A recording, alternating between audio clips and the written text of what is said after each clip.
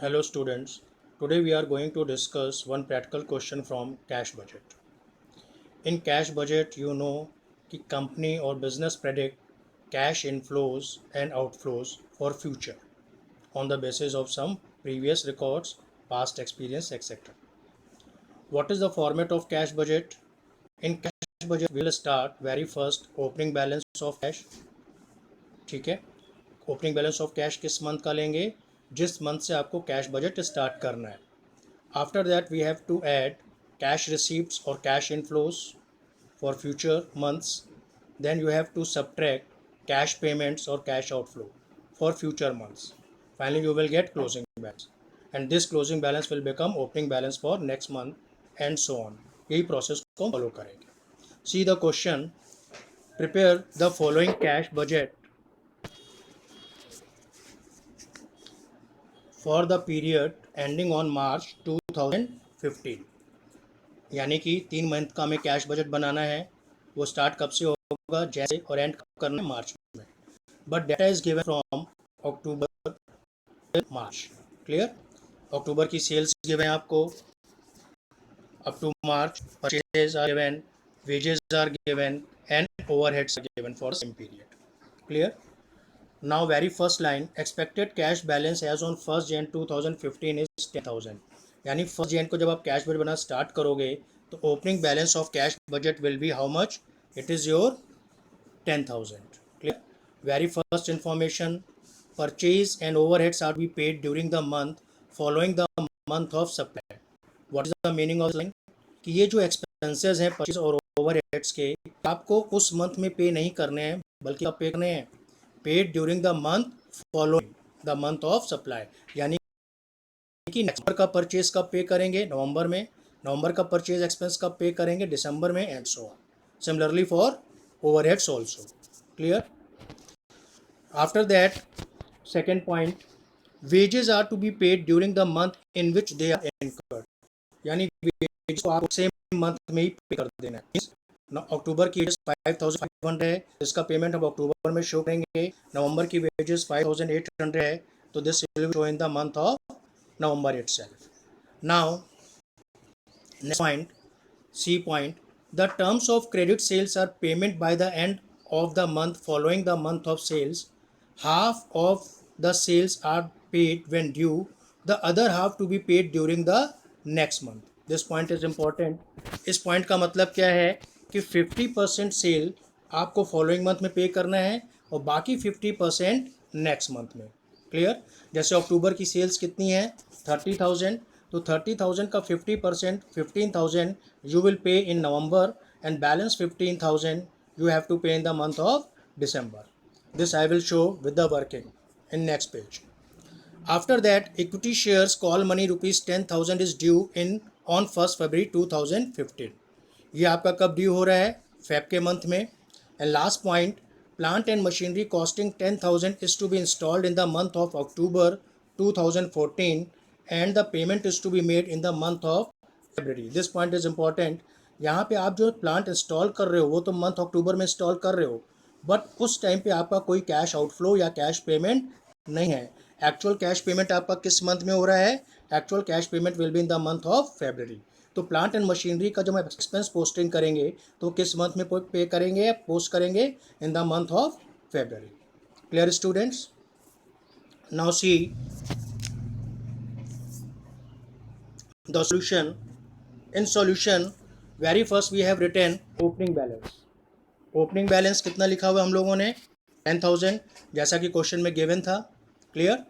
अब second point है collection from debtors. Here we have written 30,000. Clear students? And in the month of February it is written 36 and then 41.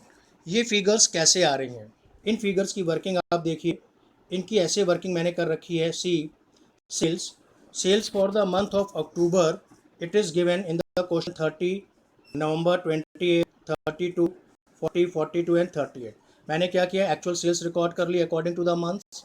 अभी according to question जैसे मैंने आपको explain किया था, 50% you will realise in the next month of the sale and balance 50% in the next to next month.